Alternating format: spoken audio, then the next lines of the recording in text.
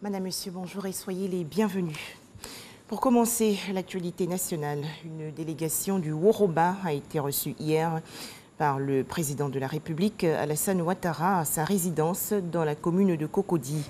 Cette délégation du Woroba a voulu exprimer sa gratitude au chef de l'État pour la nomination de son fils, le Premier ministre Ahmed Bakayoko.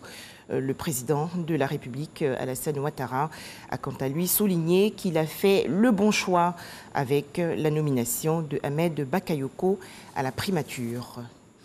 De son côté, le Premier ministre Ahmed Bakayoko s'est rendu hier à la résidence du cardinal Jean-Pierre Coutois, archevêque d'Abidjan. Le chef du gouvernement ivoirien a reçu les bénédictions du premier responsable de l'Église catholique de Côte d'Ivoire. Ahmed Bakayoko a également présenté les condoléances de la nation et du gouvernement ivoirien pour le décès de Monseigneur Pierre-Marie Coty, évêque émérite de Daloa. À noter que la levée du corps de Monseigneur Pierre-Marie Coty, évêque émérite de Daloa, a lieu aujourd'hui sur le parvis de la cathédrale Saint-Paul dans le village d'Anyama Adjamé. Autre actualité nationale avec les entretiens entre la plateforme de l'opposition Ensemble pour la démocratie et la souveraineté, l'EDS, et la commission électorale indépendante, la CEI.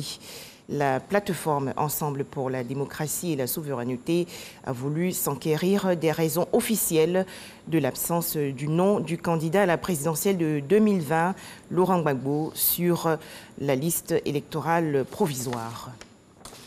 Toujours en Côte d'Ivoire, la lutte contre le coronavirus. Le ministère de la Santé et de l'Hygiène publique a reçu récemment des équipements médicaux. C'est un don de Webfontaine Group, partenaire stratégique du guichet unique du commerce extérieur de Côte d'Ivoire. Le point avec Cheikh Koné. 35 concentrateurs à oxygène, 1050 accessoires pour les concentrateurs et 50 000 masques. C'est le don de matériel médical de l'opérateur Webfontaine au ministère de la Santé et de l'Hygiène publique. En l'absence du donateur Webfontaine, son partenaire stratégique, le guichet unique du commerce extérieur de Côte d'Ivoire, GUS, a procédé à la remise des dons. Le groupe Webfontaine travaille donc avec l'État de Côte d'Ivoire depuis 2013 et chaque fois qu'il y a eu besoin d'accompagner les actions en termes de santé ou de bien-être public, je pense que le groupe a toujours réagi et le groupe continuera donc à travers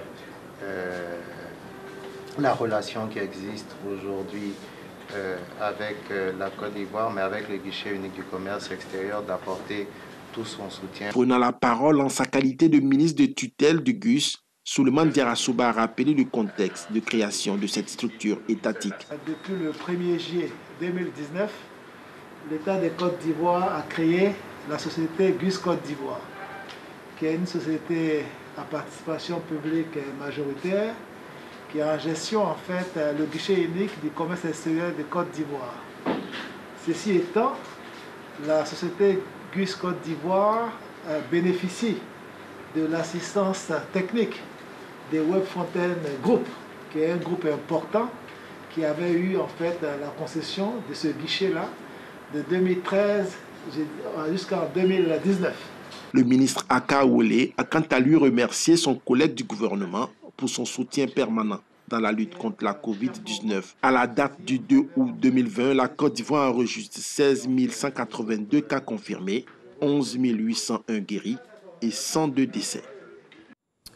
À présent, l'actualité hors de chez nous. Au Togo, des religieux, des membres de la société civile et des opposants politiques ont été espionnés par les autorités.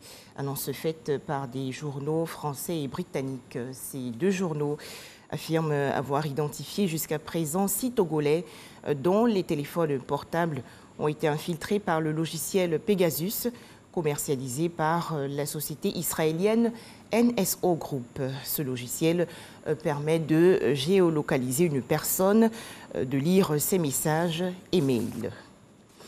Direction la République démocratique du Congo. Des membres de l'UDPS en colère hier dans la ville de Kazumba-Lézard, à la frontière avec la Zambie.